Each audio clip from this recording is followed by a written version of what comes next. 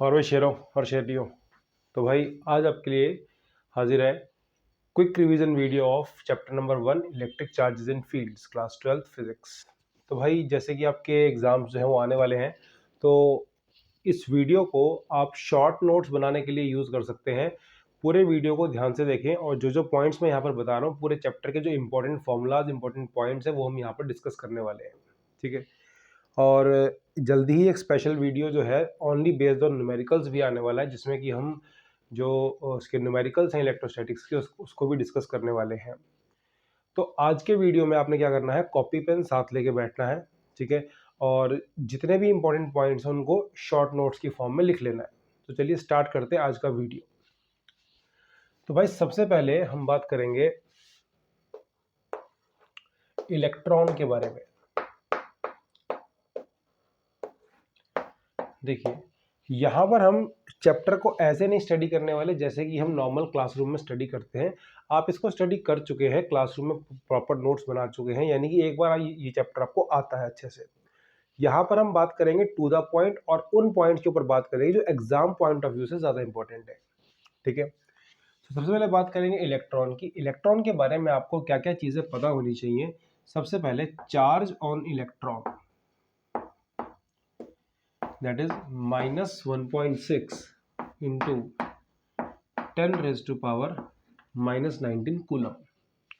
दूसरी बात आपको क्या पता होनी चाहिए इलेक्ट्रॉन के बारे में, that is mass of electron is 9.1 into 10 raised to power minus 31 kg। तो इलेक्ट्रॉन पे कितना चार्ज होता है और कितना मास होता है ये आपको अच्छे से पता होना चाहिए। तो सारा खेल जो है चार्जिंग का वो ट्रांसफरेंस ऑफ इलेक्ट्रॉन्स का है। अब यहाँ पर ध्यान से देखेंगे इलेक्ट्रॉन के बारे में। जो पॉजिटिव चार्ज होता है,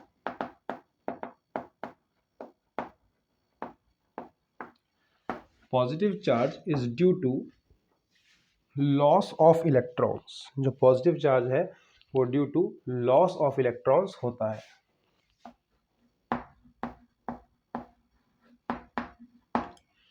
यानी कि अगर किसी बॉडी से इलेक्ट्रॉन्स चले जाएंगे, इलेक्ट्रॉन्स का लॉस हो जाएगा, तो उसके ऊपर पॉजिटिव चार्ज आ जाएगा। यहाँ पर एक बहुत इंपॉर्टेंट कंसेप्ट और भी है कि अगर किसी बॉडी से लॉस ऑफ इलेक्ट्रॉन हो जाएगा, ऑब्जेक्ट विल बिकम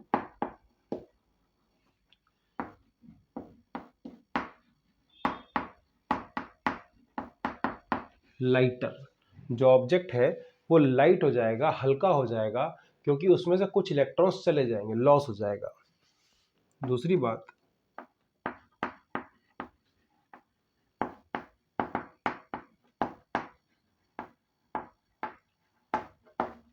जो नेगेटिव चार्ज है, जो नेगेटिव चार्ज है that is due to gain of electrons. तो गेन ऑफ इलेक्ट्रॉन्स की वजह से होता है। तो इस केस में ऑब्जेक्ट विल बिकम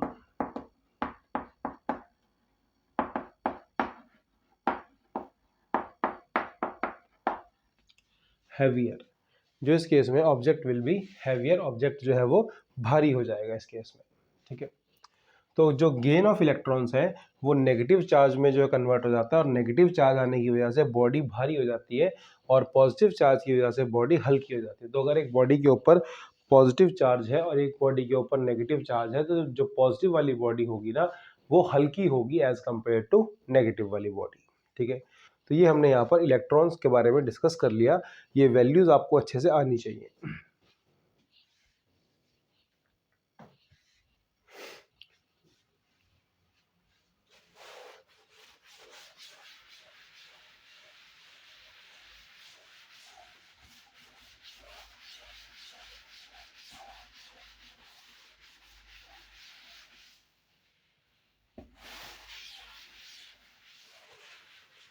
नेक्स्ट हम यहाँ पर जल्दी से चलते हैं प्रॉपर्टीज ऑफ चार्ज के ऊपर। So next topic will be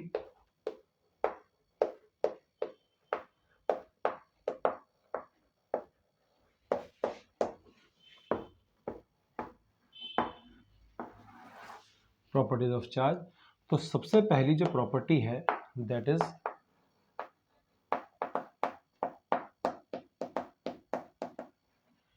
additivity.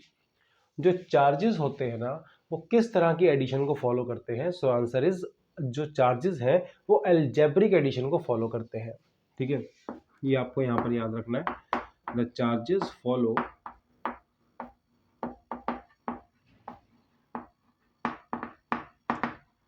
Algebraic addition. और ये जो अलजेब्रिक एडिशन होती है ये किस में होती है? स्केलर्स में। तो यहां से पता लगता है कि जो चार्ज है वो एक स्केलर क्वांटिटी है। ठीक है, चलिए जल्दी से यहां पर डिस्कस कर लेते हैं क्वांटाइजेशन।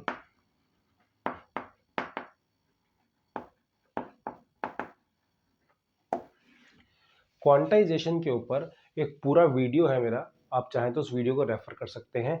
क्वांटाइजेशन अपने अंदर एक बहुत इंपॉर्टेंट टॉपिक है, बट क्योंकि ये क्विक रिवीजन वीडियो है तो यहाँ पर मैं सिर्फ फॉर्मूला डिस्कस करूंगा और कुछ इंपॉर्टेंट बातें बताऊंगा। ठीक है, तो क्वांटाइजेशन ऑफ चार्ज ये कहती है कि कोई भी चार्ज जो इस दुनिया में बना है वो इलेक्ट्रॉन के ऊपर होने वाले चार्ज का ही मल्टीपल होता है। सो प्रिंसिपल ऑफ क्वांटाइजेशन ये स्टेट करता है Q is equals to N into E. यहाँ पर n होता है नंबर ऑफ इलेक्ट्रॉन्स, ठीक है, और E होता है charge on one electron. So n can be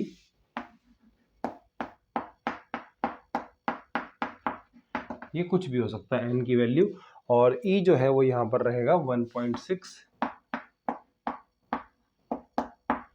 into 10⁻⁻19 coulomb.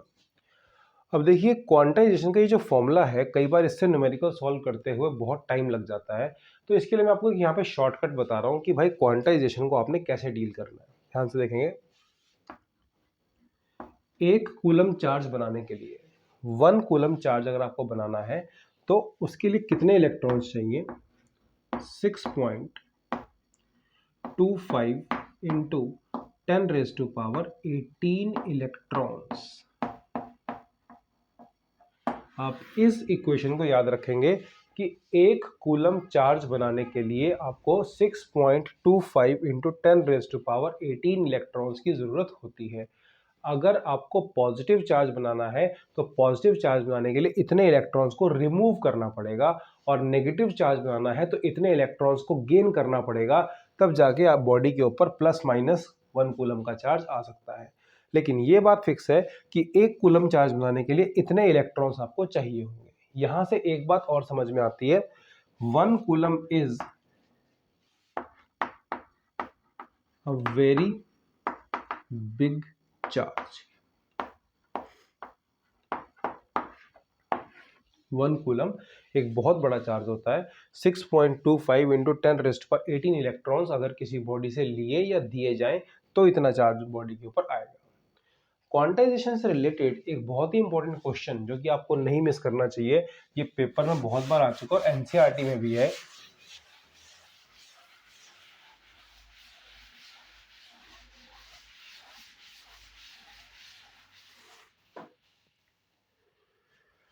Question is,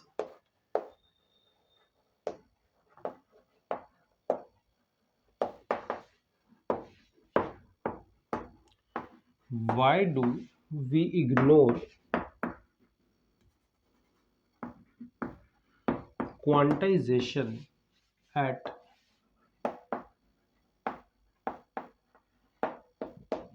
macroscopic level?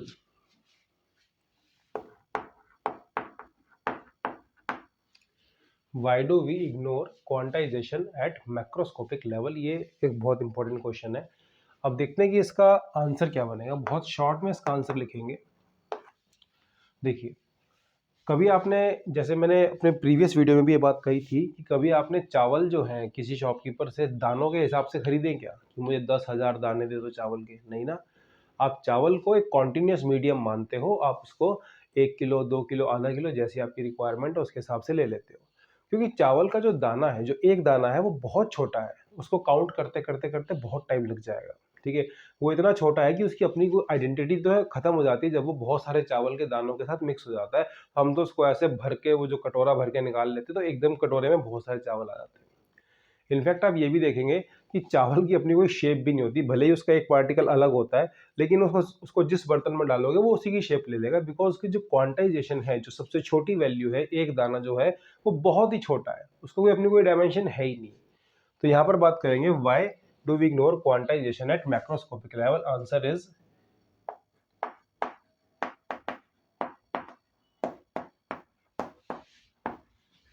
this is because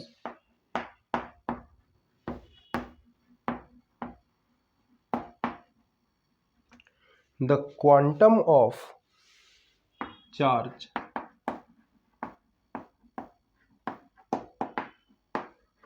is a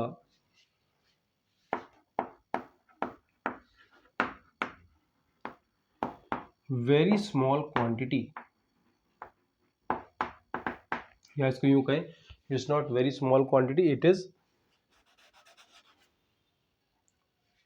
negligibly small quantity. It is a negligibly small quantity. Hence,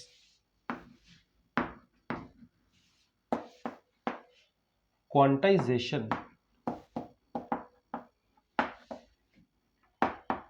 can be ignored at macroscopic levels.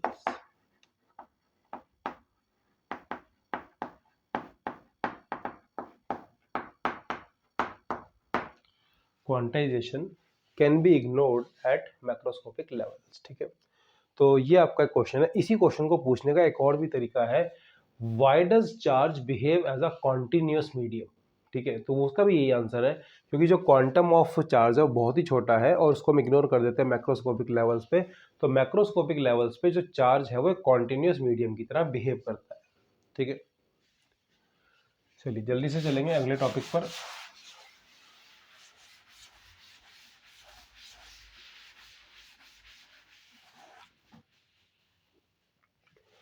So third property जो है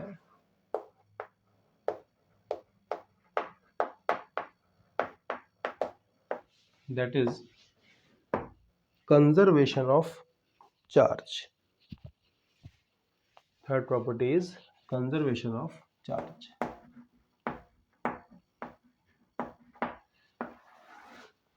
अब जो conservation of charge है ये क्या होता है, देखो इसके बहुत सारे स्टेटमेंट्स हैं, लिख के हम टाइम वेस्ट नहीं करेंगे, जो इंपॉर्टेंट बातें बस उसी पे ध्यान देंगे। एक तो वही घिसी पिटी रटी रटाई स्टेटमेंट है, so in an isolated system charge can neither be created nor be destroyed but can be transferred from one body to another. ये तो इसकी घिसी घिसी स्टेटमेंट है, बहुत बार पढ़ चुके होंगे। आप इसको ऐसा भी लिख सकते हैं, in an isolated system the total charge remains constant. जब कोई सिस्टम आइसोलेट हो चुका है, ना उसमें से कुछ जा सकता है बाहर, ना बाहर से कुछ आ सकता है, तो जितना चार्ज उस सिस्टम पे था वही उसके ऊपर रहेगा, ना तो आएगा ना जाएगा। So total charge remains conserved, यानी कि टोटल चार्ज कांस्टेंट रहता है। ठीक है, एक चीज और भी आप इसको ये भी कह सकते हैं कि भाई चार्जेस कैन बी क्रिएटेड, बना भी सकते हैं, and charges can be destroyed but in equal and opposite pair. आप जितना पॉजिटिव चार्ज बनाने की कोशिश करोगे उतना ही नेगेटिव चार्ज अपने आप बन जाएगा, और जितना उसको डिस्ट्रॉय करने की कोशिश करोगे या जितना उसको बनाओगे दूसरे एंड पे, उतना ही उल्टा चार्ज अपने आप बनेगा। यहाँ पर इंपॉर्टेंट क्या है, examples of conservation of charge. तो कंजर्वेशन ऑफ चार्ज के अंदर इंपॉर्टेंट है सबसे पहले ऑल द केमिकल रिएक्शंस। जो भी कोई भी केमिकल रिएक्शन केमिस्ट्री में आप पढ़ते हैं तो उसके अंदर जो है ना कंजर्वेशन ऑफ चार्ज हमेशा फॉलो होता है, इसके बिना तो कोई केमिकल इक्वेशन हो ही नहीं सकती। आप इसको को केमिस्ट्री में ऑक्सीडेशन स्टेट के नाम से भी जानते हैं। ठीक है, नेक्स्ट इज ऑल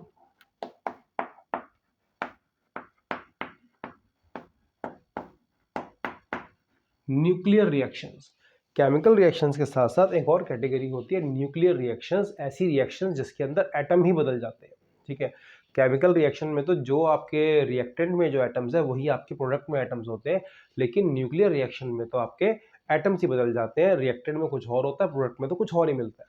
ठीक है, बट ऐसी रिएक्शंस के अंदर भी जो कंजर्वेशन ऑफ चार्ज है वो तो फॉलो होता ही होता है। ठीक है, तो ये इसके एग्जाम्पल दो हो गए। नेक्स्ट देखते हैं pair production. Now this is a very important example, ये आपसे एग्जाम में पूछा जा सकता है। तो पेयर प्रोडक्शन के अंदर क्या होता है, एक गामा रे फोटोन, फोटोन के ऊपर ना तो कोई चार्ज होता है ना ही कोई मास होता है, इसके ऊपर ना तो कोई चार्ज है ना ही कोई मास है, दोनों ही 0 0 होते हैं, यानी कि ये एक फोटोन है। फोटोन जो है वो स्प्लिट होता है एक इलेक्ट्रॉन के अंदर, इलेक्ट्रॉन का मास हम 0 काउंट करते हैं, this is electron plus this is positron, ये इलेक्ट्रॉन और ये पॉजिट्रॉन। पॉजिट्रॉन एक ऐसा पार्टिकल होता है जो कि इलेक्ट्रॉन का बिल्कुल ऑपोजिट होता है, ठीक है।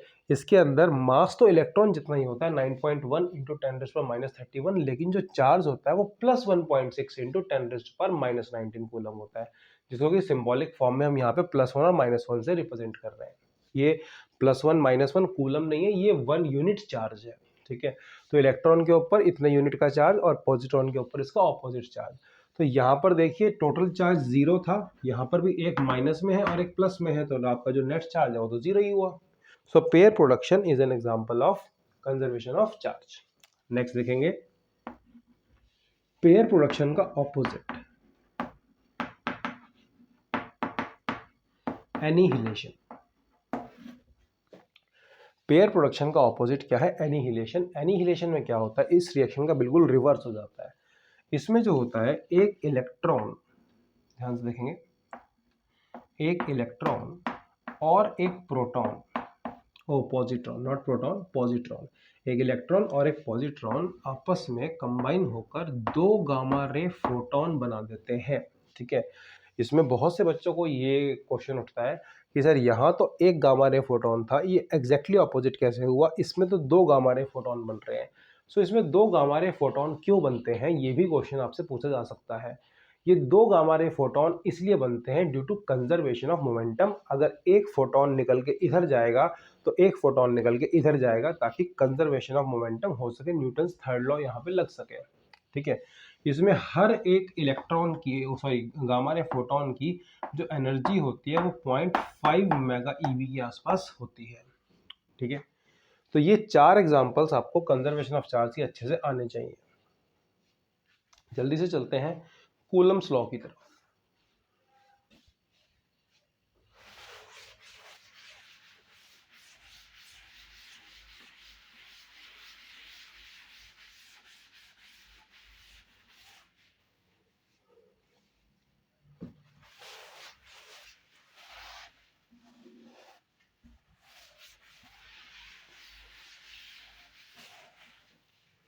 जल्दी से कूलम्स लॉ को स्टडी कर लेते हैं।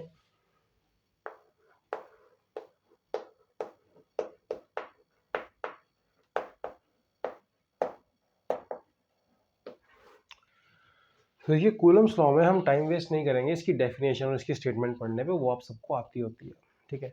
और नहीं भी आती तो आप उसको अपने नोट्स में से रेफर कर सकते हैं, कूलम्स लॉ की स्टेटमेंट बहुत आराम से समझ में आ जाएगी।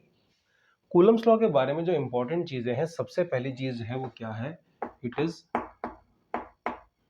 Not an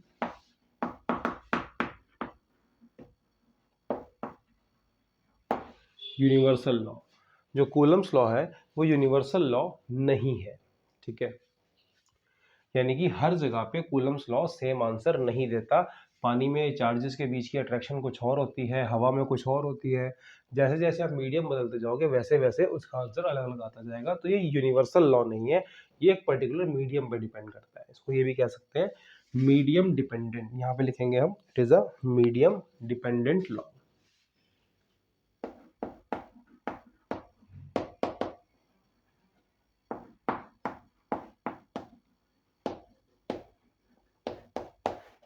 it is a medium dependent law. अब कूलम्स लॉ के बारे में जो इम्पोर्टेंट बातें हैं, देखो कूलम्स लॉ, एक क्वेश्चन ये ऑब्जेक्टिव में आ भी सकता है आपको कि कूलम्स लॉ की रेंज क्या है, ये कहाँ से कहाँ तक काम करता है, कितने डिस्टेंस से लेकर कितने डिस्टेंस तक काम करेगा। तो इसका राइट आंसर ये है, it acts from 10⁻⁻15 metres to 10⁻18 metres. 10⁻⁻15 metre से लेकर ये 10⁻18 मीटर तक की रेंज पर काम करता है। यानी कि न्यूक्लियस, जो न्यूक्लियर रेडियस होता है, न्यूक्लियस के अंदर भी लग सकता है और न्यूक्लियस से लेकर इतने बहुत बड़े डिस्टेंस तक ये जा सकता है। तो इसकी रेंज बहुत बड़ी है। 10⁻⁻15 मीटर जैसे छोटे डिस्टेंस पर भी काम करता है और 10⁻18 मीटर जैसे बड़े डिस्टेंस पर भी काम करता है। ठीक है, नेक्स्ट है कूलम्स लॉ जो है वो किस पे एप्लीकेबल होता है? It is applicable two point charges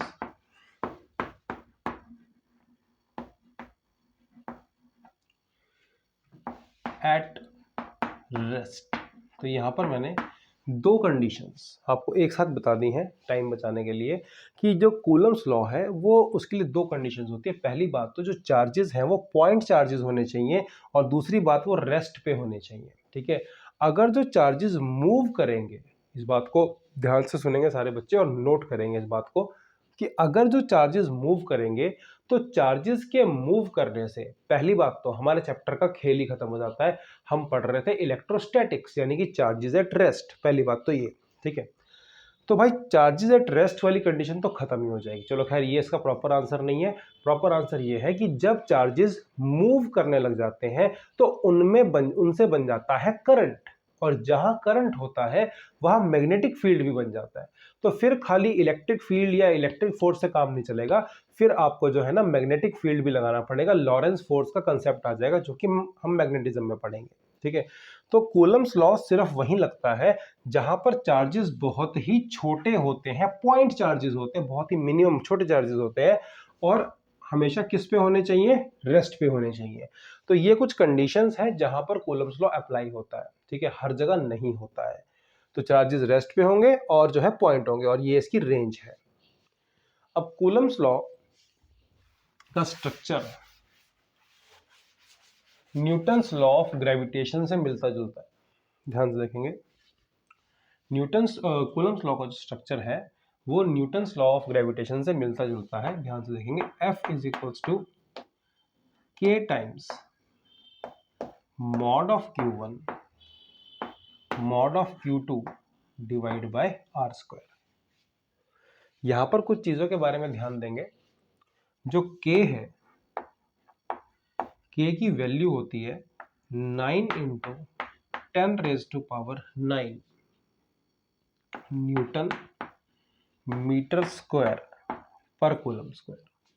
अब यहां पर मैं आपको एक बहुत ही इंपॉर्टेंट बात बताने वाला हूं, ध्यान से सुनेंगे इस बात को कि 1/4πε0 जो कि K है उसका स्पीड ऑफ लाइट से क्या रिलेशन है। ये क्वेश्चन आपको ऑब्जेक्टिव में आ सकता है, जेई मेंस के उसमें क्वेश्चंस में आ सकता है और इसकी वैल्यू कहीं कहीं आपको एडवांस में भी यूज करनी पड़ सकती है। ध्यान से देखेंगे, जो आपका K होता है that is equal to C square divide by 10⁻⁷।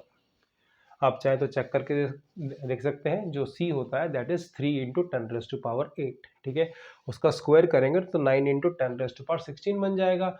उसमें से जब 10⁻7 से आप उसको डिवाइड करेंगे तो आंसर 9 इंटू 10⁻9 ही आएगा। तो यहाँ पर जो K है, K की वैल्यू होती है C square divide by 10⁻7 which is equal to 9 into 10⁻9। ठीक है, ये वैल्यू आपको याद होनी चाहिए। अब K की जो वैल्यू होती है, देखो इस रिलेशन को ऑब्जेक्टिव में कितने तरीकों से पूछा जा सकता है कि आपको ये भी पता होगा कि K की वैल्यू 1/4πε0 होती है। K is equals to 1/4πε0, so that is equal to C square divide by 10⁻7। तो अगर मैं आपसे ऑब्जेक्टिव में एक रिलेशन दे दूं which of the following is correct और उसमें मैं एक ऑप्शन ये डाल दूं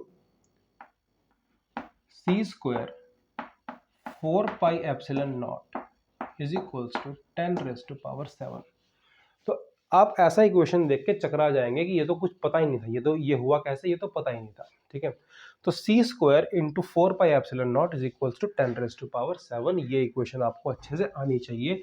ये इक्वेशन आपसे ऑब्जेक्टिव के अंदर पूछी जा सकती है। ये ऑब्जेक्टिव क्वेश्चन CBSE में भी आ सकता है और यही ऑब्जेक्टिव क्वेश्चन आपका जेईई मेंस में भी आ सकता है। तो इसको ध्यान से नोट करेंगे कि जो k होता है वो c² डिवाइड बाय 10⁻⁷ होता है। आई थिंक यहां तक का कंसेप्ट सबको क्लियर हो गया होगा। जल्दी से आगे बढ़ते हैं। कूलम्स लॉ में इंपॉर्टेंट क्या है? कूलम्स लॉ में न्यूमेरिकल्स तो इंपॉर्टेंट है ही हैं, साथ में ग्राफ्स भी इंपॉर्टेंट है। तो यहाँ पर हम कूलम्स लॉ के ग्राफ्स के बारे में बात करेंगे। सबसे पहले हम जिस ग्राफ के बारे में बात करने वाले हैं वो है फोर्स वर्सेस आर। अगर आप फोर्स वर्सेस आर की बात करते हैं, ठीक है, फोर्स वर्सेस आर यानी कि आर के चेंज होने से फोर्स कैसे चेंज होगी, तो उसका आंसर है इनवर्स स्क्वायर लॉ, यानी कि F is inversely proportional to R square. तो कुछ इस तरह का आंसर आएगा, ठीक है। This is the graph of F versus are.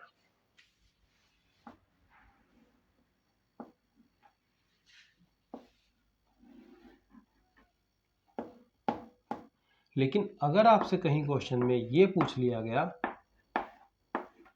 What is the graph of F versus 1/r², यहाँ पर मैंने पूरी क्वांटिटी को ही एक इंक्लूड कर लिया, 1/r² को एक ही क्वांटिटी मान लिया, तो इस केस में जो आपका ग्राफ आएगा that will be a straight line. ये बहुत इंपॉर्टेंट है, ये बोर्ड्स में पूछा भी जा चुका है कि एफ और 1/r² के बीच में ग्राफ कैसा बनेगा, answer will be straight line. दूसरी एक इंपॉर्टेंट बात ध्यान से सुनेंगे कि ये जो ग्राफ बन रहा है ना, ये सिमिलर चार्जेस का ग्राफ है, क्योंकि इसमें हम फोर्स को पॉजिटिव में ले रहे हैं और जो रिपल्सिव फोर्स होती है ना वो पॉजिटिव में काउंट होती है, ठीक है। जो रिपल्सिव फोर्स है वो पॉजिटिव में काउंट होती है। सो एफ यहाँ पर जो है वो पॉजिटिव माना जा रहा है, तो यानी कि हम एफ को रिपल्सिव मान के चल रहे हैं। अगर यही कहीं अट्रैक्टिव होता, ठीक है, अगर आपको क्वेश्चन में मेंशन कर दिया जाता कि भाई अट्रैक्टिव फोर्सेस के लिए ग्राफ बना के दिखाओ, तो अट्रैक्टिव फोर्सेस का ग्राफ कैसे बनता वो देख लेते हैं। जब भी कभी फोर्स अट्रैक्टिव होती है तो फोर्स नेगेटिव मानी जाती है, तो इस बात का ध्यान रखेंगे। एफ और आर के बीच में जो ग्राफ था वो उसकी उल्टी, मतलब उसकी इन्वर्टेड कॉपी बन जाएगा ऐसे करके, और यही चीज हम यहाँ डिस्कस कर लेते हैं, एफ वर्सेस 1/r²।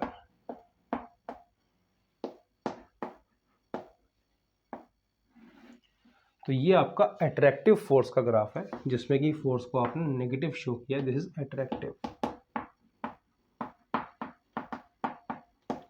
तो इन बातों को ध्यान रखेंगे कि जब ग्राफ बनाएंगे इसका तो अट्रैक्टिव फोर्सेस इसके अंदर होनी चाहिए, ठीक है, मतलब जब अट्रैक्टिव फोर्स हो तो ऐसा ग्राफ बनेगा। तो ये कूलम्स लॉ के बारे में कुछ इंपॉर्टेंट जानकारी जो मैंने आपको यहाँ पर बता दी। अब कूलम्स लॉ से बच्चे डरते क्यों हैं? बहुत से बच्चों को vector form of Coulomb's law में दिक्कत होती है।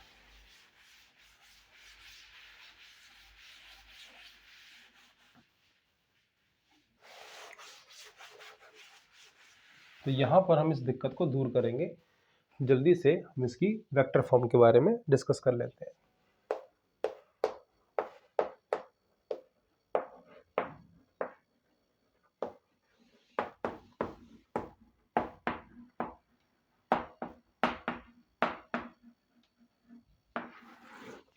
Vector form of Coulomb's law, देखिए ध्यान से देखेंगे।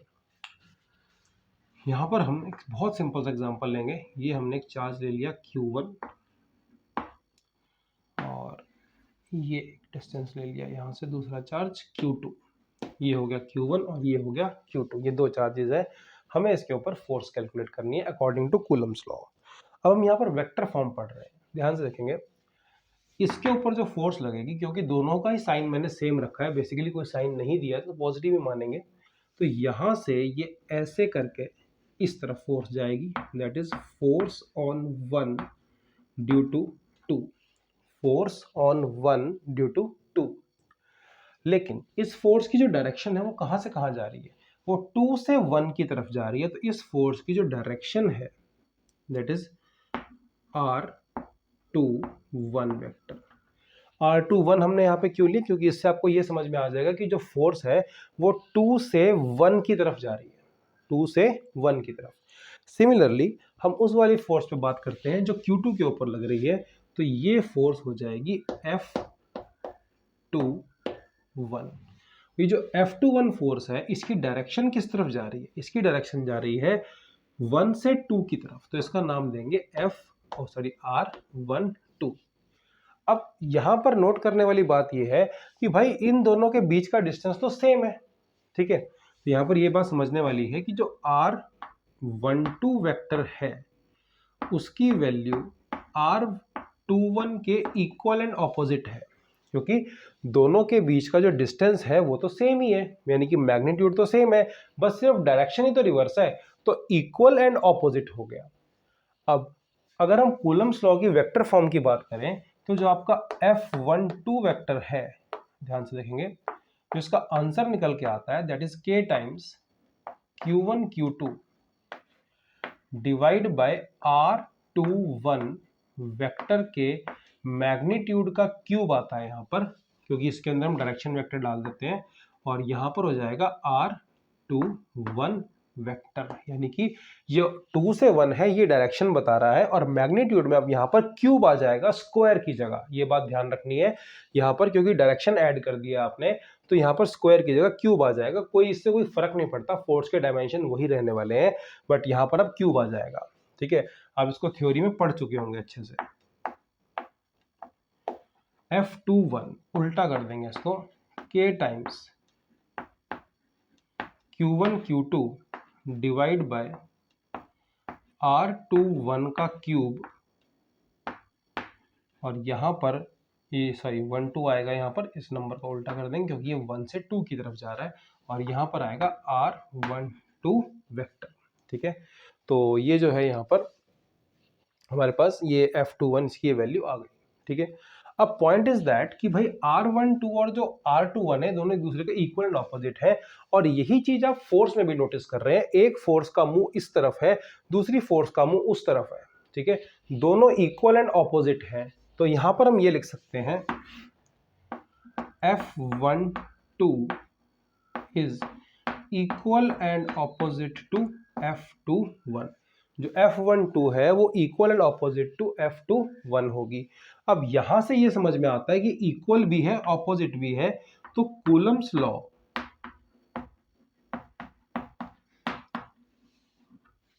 ओबेज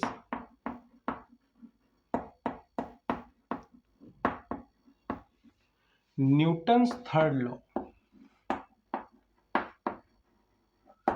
यानी कि जो कूलम्स लॉ है वो न्यूटन्स थर्ड लॉ को भी ओबे करता है। ये बात आपको ध्यान से समझनी चाहिए, क्योंकि दोनों फोर्सेस इक्वल एंड ऑपोजिट हैं।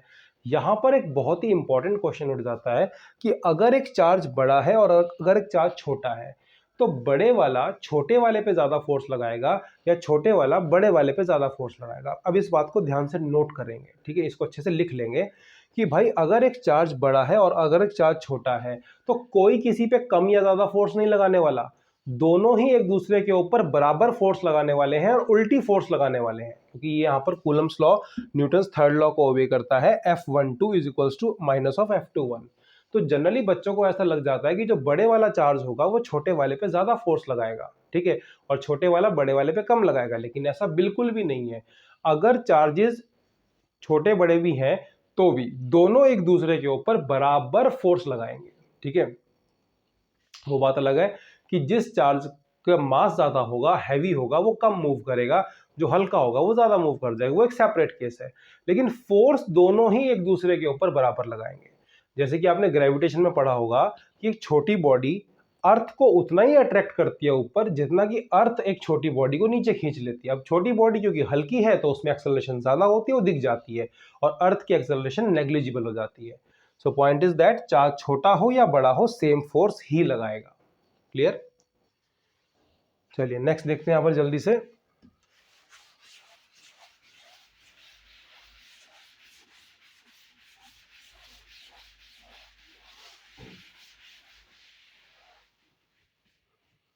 डाई इलेक्ट्रिक कांस्टेंट या फिर रिलेटिव परमिटिविटी, टॉपिक का नाम है।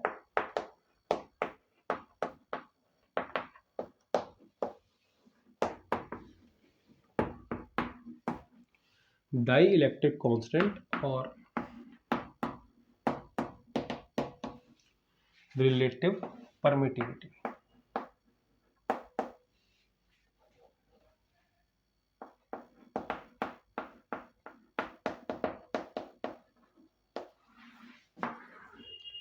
तो तो भाई डाइलेक्ट्रिक कांस्टेंट और रिलेटिव परमिटिविटी क्या होती है, ध्यान से देखेंगे। डाइलेक्ट्रिक कांस्टेंट का सिंबल होता है कैपिटल के, इसको स्मॉल के से कंफ्यूज नहीं करेंगे। जो स्मॉल के होता है वो इलेक्ट्रोस्टैटिक कांस्टेंट होता है, ठीक है। तो ये यहाँ पर हमने स्मॉल कैपिटल के डाइलेक्ट्रिक कांस्टेंट के लिए यूज किया। इसकी डेफिनेशन होती है force between two charges in vacuum. अगर आपने दो चार्जेस को वैक्यूम में रख दिया है तो उसके ऊपर कितनी फोर्स लग रही है, to the force between same two charges kept at the same distance in any other given medium। Suppose आपने दो चार्जेस को पहले वैक्यूम में रखा, फिर आपने उन दोनों चार्जेस को उठाकर शिफ्ट कर दिया पानी के अंदर। इसका एक बहुत ही क्लासिकल एग्जांपल है, आप जब सूखे बालों में कंघी करते हैं तो कंघी फंस जाती है बालों में, और जब गीले बालों में करते हैं तो कंघी आराम से निकल आती है।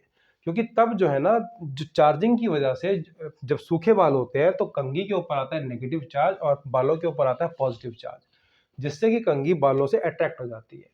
लेकिन पानी जब बीच में आ जाता है तो उसकी वजह से फोर्स जो है ना वो 80 गुना कम हो जाती है। तो वैक्यूम में कुछ और फोर्स होती है और मीडियम में कुछ और फोर्स होती है। ये बात हमने डिस्कस भी करी थी कि भाई जो कूलम्स लॉ है वो यूनिवर्सल लॉ नहीं है, ठीक है। उसके हर मीडियम में अलग अलग आंसर आता है। तो डाइलेक्ट्रिक कांस्टेंट की जो वैल्यू होगी that is force in vacuum divide by force in medium, और इसको सॉल्व करने पे आंसर आता है epsilon medium divide by epsilon not. यानी कि मीडियम की परमिटिविटी को हम वैक्यूम की परमिटिविटी से डिवाइड कर देंगे तो सेम आंसर आएगा। अब फिजिक्स में कभी भी दो सेम टाइप की क्वांटिटीज को ऐड करते हैं तो वहां पर वर्ड यूज किया जाता है relative. So it is relative permittivity. तो दोनों एक ही बात है, इसलिए मैंने डाइलेक्ट्रिक कांस्टेंट के साथ और वर्ड यूज किया था यहाँ पर, ठीक है। So K is equals to F V divide by F M, it is epsilon M divide by epsilon naught equals to epsilon R. यहाँ पर एक इंपॉर्टेंट चीज जो नोट करने वाली है वो ये है, K and epsilon r are unitless and